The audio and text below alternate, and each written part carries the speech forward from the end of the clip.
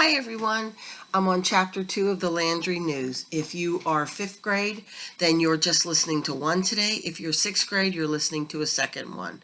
I had to put my glasses on because this print is much smaller, friends. Okay, chapter 2, The Roof Blows Off the School.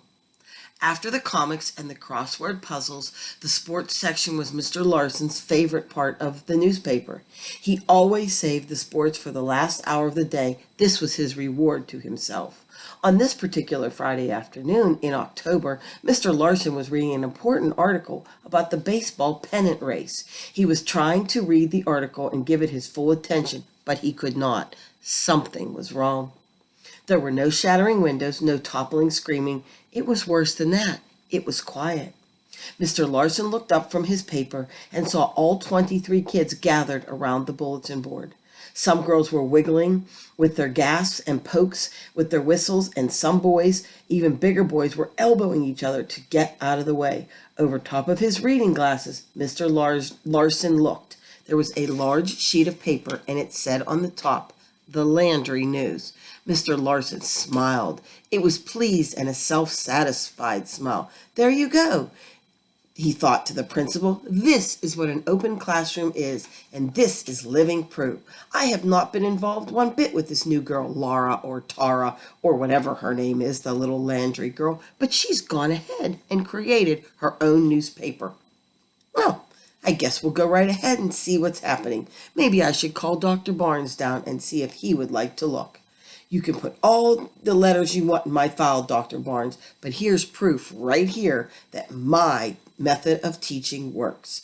Mr. Larson carefully folded up his newspaper into a large stack beside his desk. He would have to finish the World Series airing of the newspaper on Monday. He carefully straightened his long legs under his desk and tensed his back and stretched his arms and tilted his head, slowly going from side to side. He was getting ready to stand up. This was the perfect time for some meaningful interaction with his class. Also, it was only 5 minutes before the end of the day, and that way he could stand up and do his duty and be done for the week.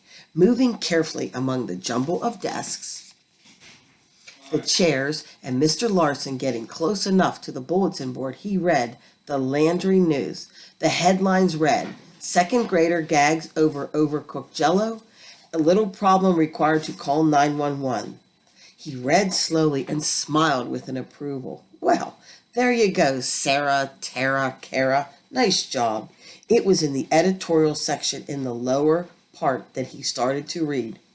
From the desk, a question of fairness. There has been no teaching this far in Mr. Larson's classroom. There has been learning, but there's been no teaching.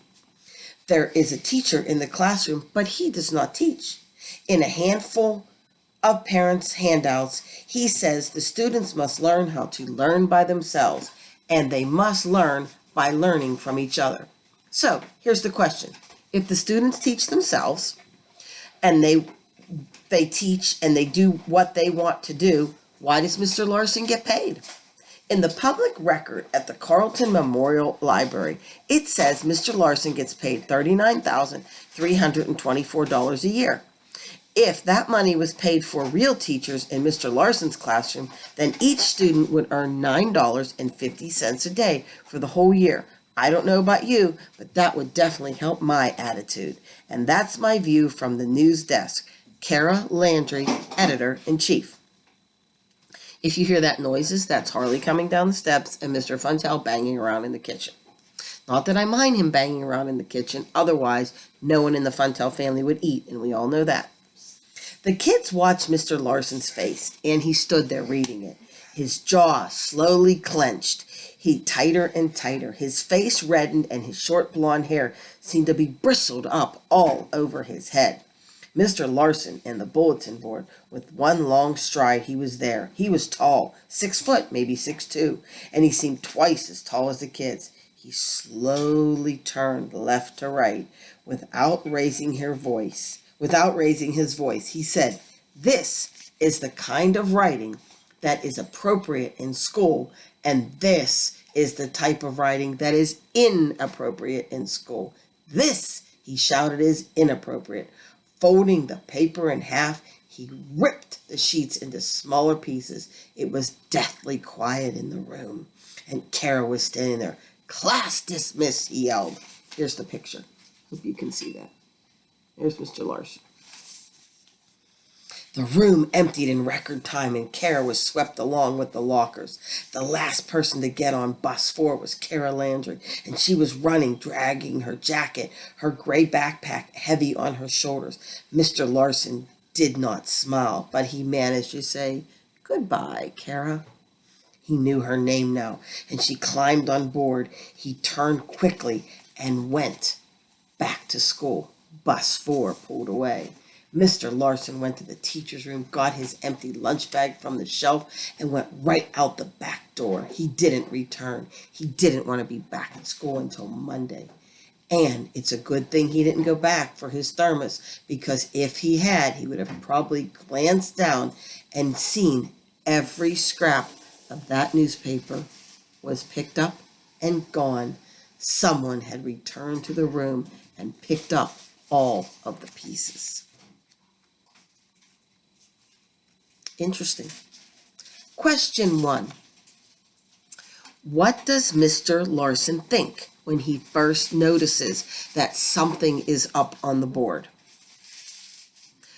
Question 2. Who would he like to contact to let them know just how smart he is and what a great teacher he is?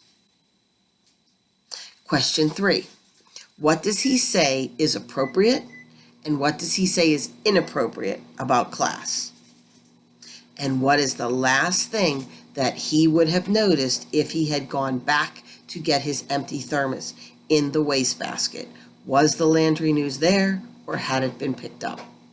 Thanks so much. See you at the Zoom tomorrow on Wednesday. And if you get a chance to listen to this Tuesday, that's great. Wednesday morning, that's great. I know I recorded a little late, but if you don't get to hear it before the Zoom, that's okay. You can listen afterwards. Have a good night, everybody.